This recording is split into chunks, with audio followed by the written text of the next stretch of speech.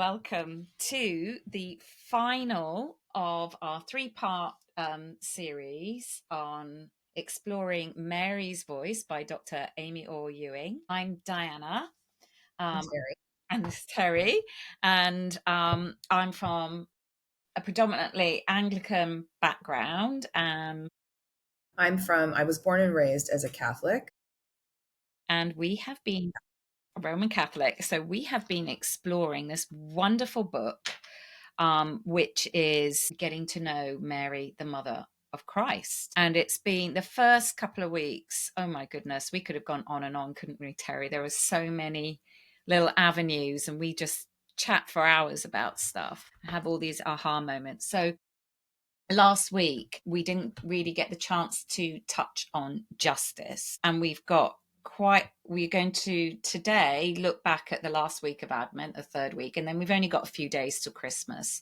So we're going to cover a lot in a really short space of time. And they're just going to be sort of key highlights that really stood out that we wanted to chat about, or I wanted to chat about with Terri and get her view because of her experience in Catholicism, where Mary's such a huge part of the expression of Christian faith. So I just wanted to open up, and I know I posted this on social.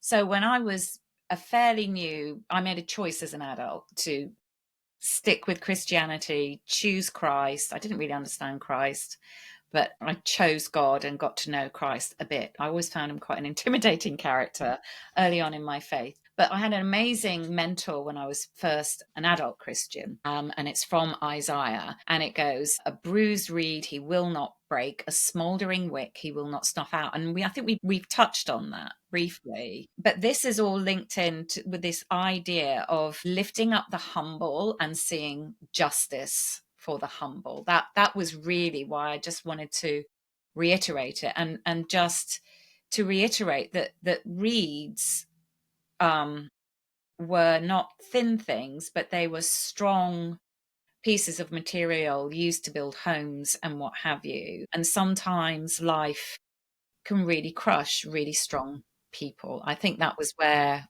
we kind of landed with that. So that was really the only other bit that we kind of didn't get to really delve into, but I feel like we kind of did. So it's kind of weird, isn't it? That humility we really went to town on.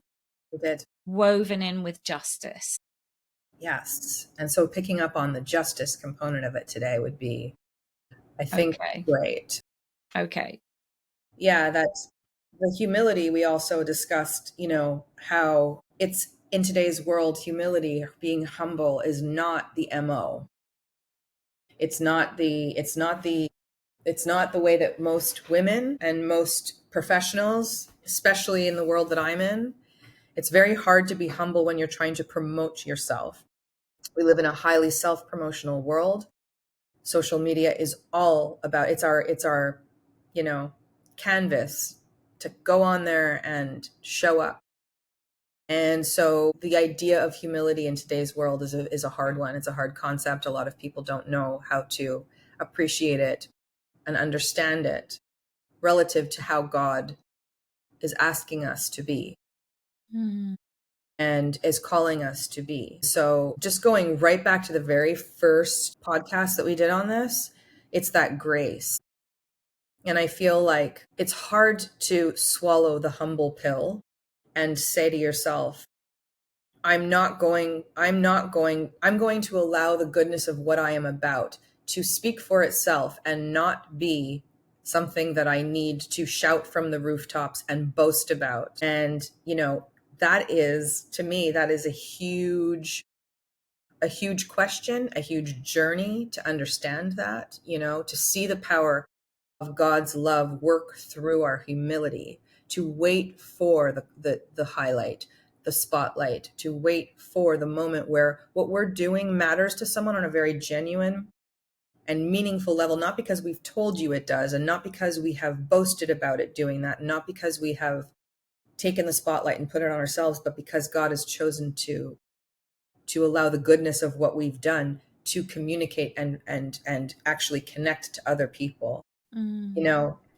I really feel strongly about that. I really feel strongly that in this world of self-promotion that we're sort of, we're all given the plugs to do that, and the prompts to do that, to sit back and allow God to shine the light on us is There's what I some, really feel is humility. yeah, there's something in also submission, treasuring things in her heart, which this Right. week when I was reading, like Amy gets to all these things. It's like when I was scribbling, like, oh my goodness, like she's come to it. So, so I'm not sure what honestly that I can add looking at the book in terms of justice right now, apart from, just to echo what you say. Amy says, I'll just read the one sentence. The rich who believe themselves to be full are found to be empty. The very wealth of our culture tells us to pursue in order to feel happy, safe, and fulfilled ends up leaving us empty, exhausted, and sad. This chimes with experiences of many in our culture. Anxiously acquiring wealth leads to more stress. Actually, I was listening to Manessa Helm, I can't pronounce her name, talking about that very thing. Like the higher your targets, your revenue targets, the bigger the responsibility, the bigger the commitments, the more the stress, and how she had to take a step back and figure out what's going on in her mind and outlook and stuff. But if we come on to the beginning of the week we've just had, I'll just read the quote from Luke again. He has helped his servant Israel, remembering to be merciful to Abraham and his descendants forever, just as he promised our ancestors. And then Amy talks about Mary closing her song by rooting in everything she's saying up to this point, looking back at the preparation before. And you talked about that, I think, in both of the episodes, and how Mary's declaring her own conviction that the time of waiting is over. Like, can you even imagine that? Like, hearing all of this in your upbringing as a young woman and just getting it, and nowhere does she say in her response, are you sure it's, and this is when we've just been on humility, she hasn't said, no, you can't pick me. Oh no. She just, her openness and willingness. I'm like, okay. Yeah, that's a really tough thing for all of us to do. And everyone, even Sarai, we all take it upon ourselves. We're given this message. I think God speaks to us, but so many times we miss that message because our human desires for what we want, our goals, our expectations take over. And when we think about Mary, you're right. Her parents knew that she had to go to the temple. They knew that they had to follow along with what they had been told to do. Mary had to go, and Mary, the whole while, all we know is that Mary honored was here to fulfill the prophecy. And she accepted it. This is the She big thing. She accepted it. accepted it. She accepted it and didn't say, okay, I'm here to fulfill the prophecy, but you know what? I really feel like I want to go and see this. I want to go see Joseph, and I want to talk to Joseph because I feel like Joseph and I are supposed to be together, and I'm not sure that this is going to work out so well. So maybe I should she didn't take anything into her own hands. She never tried to do anything herself. And that is a huge, trust. It's trust. Still her And voice. she's believing the promises of God. And when we talked, it was last week, because I remember we got into the whole body, soul, and spirit thing, and that God is talking to us all the time. So to each person God creates, he gives us promises. He gives us promises in scripture, and he gives it to us individually. I know that as a young woman, I heard God. I now know that was God. It was so clear. And when God speaks clearly to you as an individual, it's very easy to doubt it or not trust that voice. I think this is where mentoring and coaching is so, so helpful. Like for me, when I was in a really tough time, and the coach and mentor I had really said, you're hearing God. You are hearing God, when I was describing stuff. Now do what it says on the tin. Like, you hear God. I needed her to say to me, a grown woman, midlife, who's pursuing God for 30 plus years, yes, you hear God. I needed someone. But even Mary had that in Elizabeth, we looked at the other week. Mhm. She needed human affirmation that she did hear God. And she was also tucking herself away. Like you say, she didn't go running to Joseph. She tucked herself away. All that we explored about two women's voices, Zacharias having to keep silent. And it's another woman speaking to another woman. And we come on in this, last week and in the run up to Christmas itself, Christmas Day itself, when Zachariah is able to speak and pave the way. And when God speaks, he really does. To you who's listening, I guarantee, I absolutely guarantee that there is a dream that you had that you can't forget. Things that you thought, intuition you overlooked. God is speaking to you all the time and through the works of your hands as well. Like, we're so often asked to find God for our purpose, live purpose-driven lives. Yeah. That's the big clarion call to every believer. Live purpose-driven lives. But we forget or we overlook that God trusts us. He trusted me with my son to raise him here. He trusted me to be able to read, write. I don't know. He's given me skills and abilities. And we know from scripture and our own lived experience, where we are weak, God is strong. But we're not completely weak. We're capable of taking care of ourselves, and we have a responsibility. And in scripture, in the New Testament, I think it's Paul who's writing, getting really frustrated, saying, do you need spiritual milk? You should be on spiritual solids by now. So there's that maturity. But I'll stop there because I know we're really short. We've got lots to get through. Do you want to respond to that at all? I feel like, we do have a responsibility. It's hard to know. It's hard to know what God has given us and because sometimes what God has given us feels like a curse. Yeah. Sometimes what God has given us feels like it is, and so to flip that, like if we've got a child who's struggling with neurodivergent, neurodivergence or some form of a disability or Just 1 second. We're going to have to pause 1 second.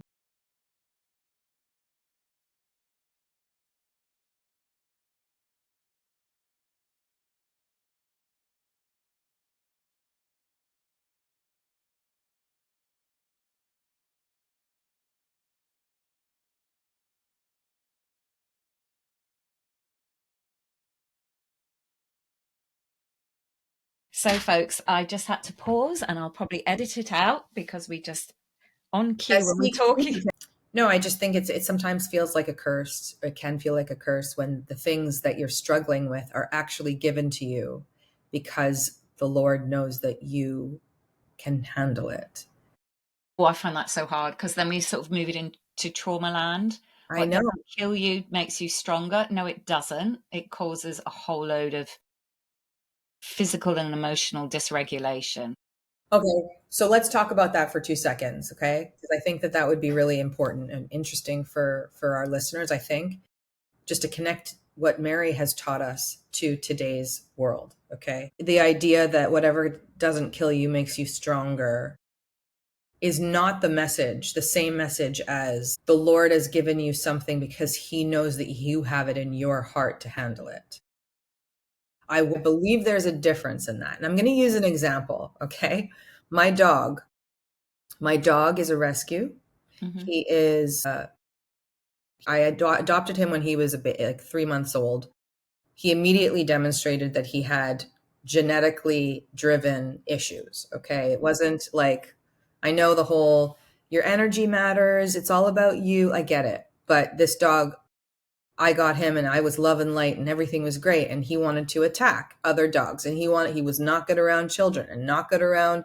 So he's got issues and he has had issues for 9 years. And I have worked and I have done everything I can to get those issues out of him.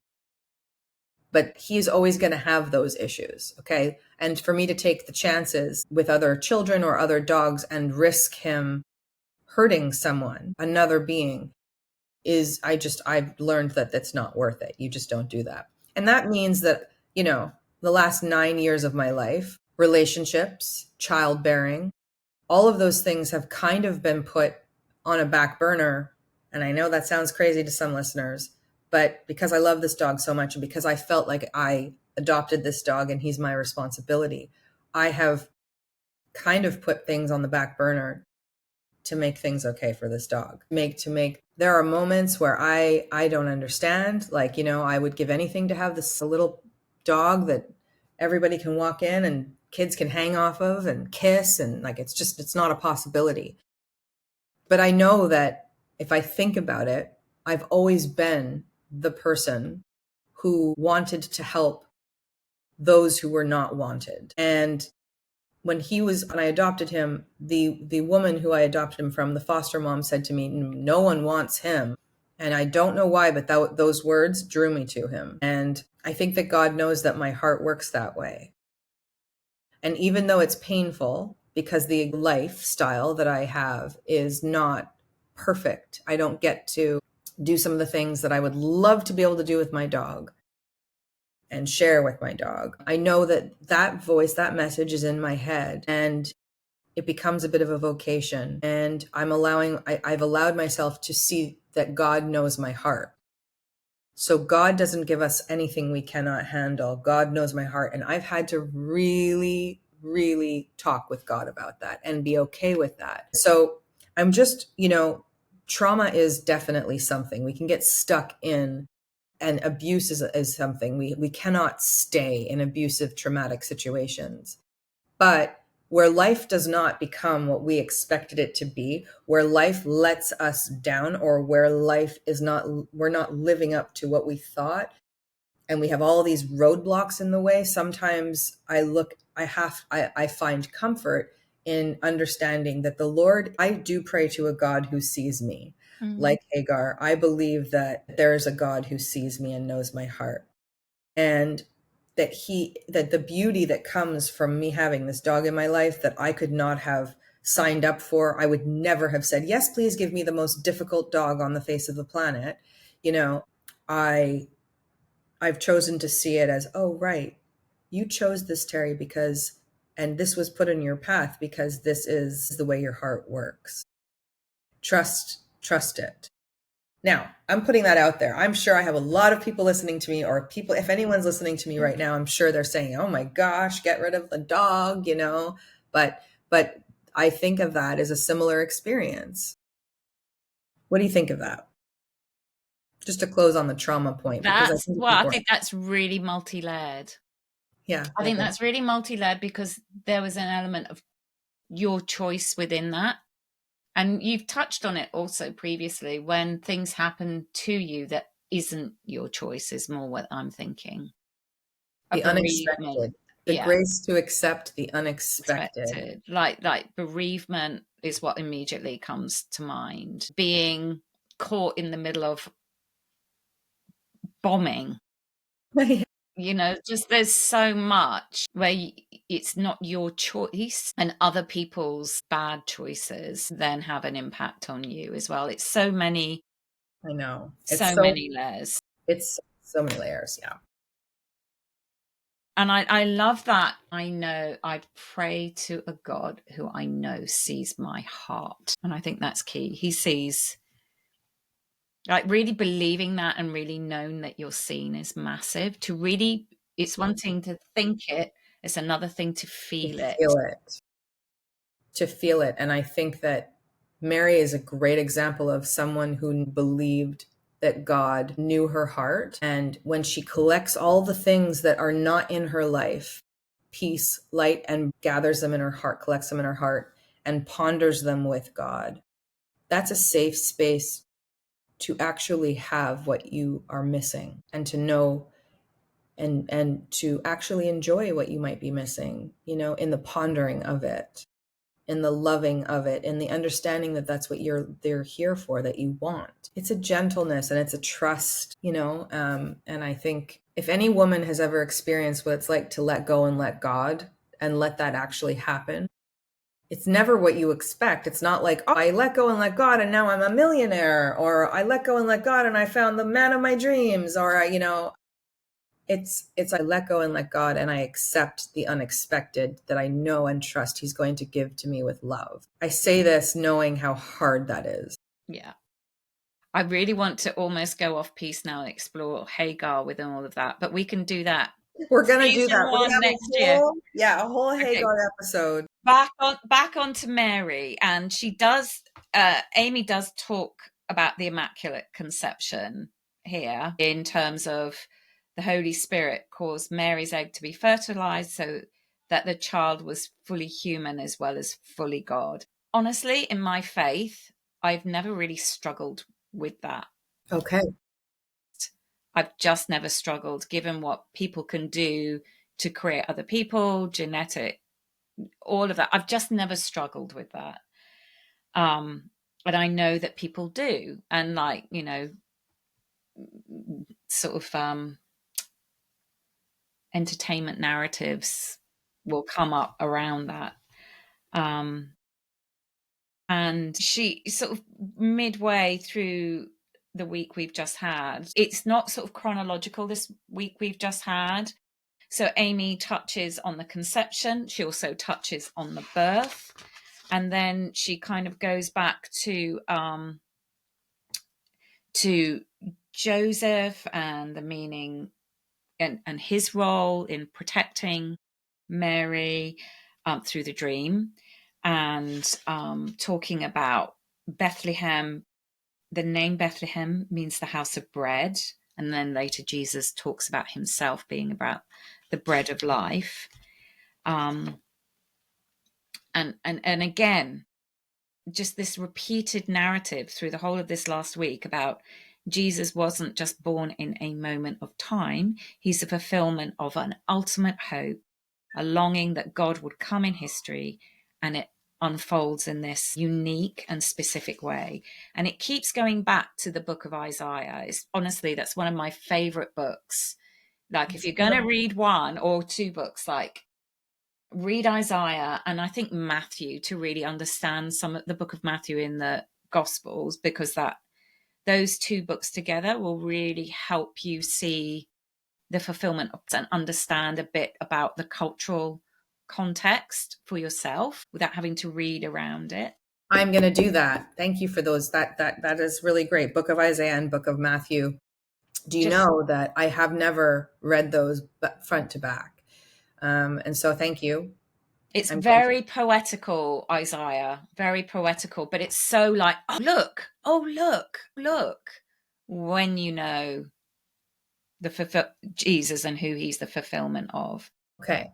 And then Amy talks about our favorite bit, but Mary treasured up these things and pondered them in her heart. And I think we keep coming back to this pondering. And she's also aware, and we just at the beginning of the episode we talked about this, that she understood the magnitude of all of this history, and that she is or was a witness to the fulfillment of this promise. And then Amy goes on to talk about after Jesus's birth. So as I say, that the last week and in the run up to Jesus's birth, it's woven like this, but it's woven so beautifully. Like, Amy reflects forwards and backwards over the last week and right up to Christmas Day, and talks about Mary and Joseph going and presenting the 8-day-old baby Jesus, to the temple, and how Simeon, who was so witness, there was a lot of injustice and oppression going on. And actually, as I'm talking, I know we're sort of packing lots in, Mary seeing this long fulfillment. It wasn't just in this moment, and all the other people involved in this story. And we've got Anna and Simeon, they were prepared. We've got his cousin that's being bored to lay the immediate way. And Amy talks about when Zachariah gets his voice back, and the first thing he says is he prophesies over his own son about paving the way, as a prophet, paving the way for Jesus. It's not just Jesus, some person at age 30 that starts talking, hey, I'm the Messiah. Like all these people, this woven story, and we get an element of that at Christmas with the nativity. But when we hear God's word preached, it's usually an individual Mhm. that we're hearing about, and that maybe their experience of Jesus, if we're looking in the Gospels, or it's a moment. It's these tiny snapshots of somebody's life, but it is such a it's I'm going to use the tapestry thing. I'm going to do it. Like it's something that's woven. This fabric of Jesus's life is woven since way back, woven, and it's woven. And behind, there's all this great big mishmash behind the scenes stuff that I think Amy brings out in the last week and in the run up to it. And very, very briefly, Amy mentions Herod, the megalomaniac, his frustration, the star, the fact that he realizes that they're not coming back, the slaughter of the innocents, and how we have the dream and the escape. They actually go to Egypt. I think there's probably a lot of symbolism in that, and then it's safe to come back, and I think it's Nazareth they come back to. Anyway, they move around a lot in his life before he's 30. And when you read Isaiah, it is all in there. The places he's lived, the place the Messiah lives. And yet the life, before Yeah, he's 30, it's all reactions to political safety at the time, or where he's born, the census, what have you. I just want to quickly get up, and then it's kind of like when we get to Christmas Day, the quote is Luke. She gives birth to her newborn, and it's and that we celebrate as Christians all around the world. Some people do celebrate on Christmas Eve. Let's acknowledge that, and that as we focus on the arrival of the Messiah, not to skip over the wonder of Mary's truth and the account she has given. If we think, like, just reading here, Mary's account includes little details that matter greatly. She wrapped her baby in swaddling clothes and placed him in a manger. We may have idealized the view of a manger from store windows, etc. But Mary was not home in Nazareth. She and Joseph had traveled to Bethlehem for tax census. The place where they stayed did not have a separate room. They find themselves needing a manger for the baby to sleep in. Just like, I mean, you've talked about this, she didn't take anything into her own hands. It's almost like she's being tossed around by external things all the way through this. And she's giving birth around in a really unhygienic place without women around her. I know. It's a very interesting. There's so many different levels of understanding the complexities of what she went through, and how there were so many opportunities for her to fall and not honor what was coming her way. And she did, thank God. She did. So that is, I mean, it really is, it's a hard thing for a woman to hear, especially if you've not experienced a relationship with Christ, but being able to allow yourself to hear and trust, even in the most hard to understand circumstances, um, yeah, it's a tough one, and it really calls me to relax. It calls me to take pause. It calls for me to want to be quiet and silent and to ponder, and not to create or plan or strategize. There's a lot there that is so counterintuitive to what we want to do as human beings and what our world continuously progressively tries to tell us to do. So taking that pause and trusting under those circumstances is so very important. Yeah, and I was just about to say that's a perfect place to stop, to invite people to pause, ponder, and really consider for yourselves to get your own copy of Mary's Voice, because we've said all the way through this series, this isn't just for Christmas. Just as a woman, as we really have skated across the surface of the last just over 3 weeks. Yeah. So thank you, Terri, and thank you for joining us on our toe dipping in the water of exploration of women in the Bible and what we can learn about their character and how we can practice that in our own lives. So thank you. Together, two by two. 2 by 2. Bye for now. Bye, Diana. Bye, everyone. Thank you.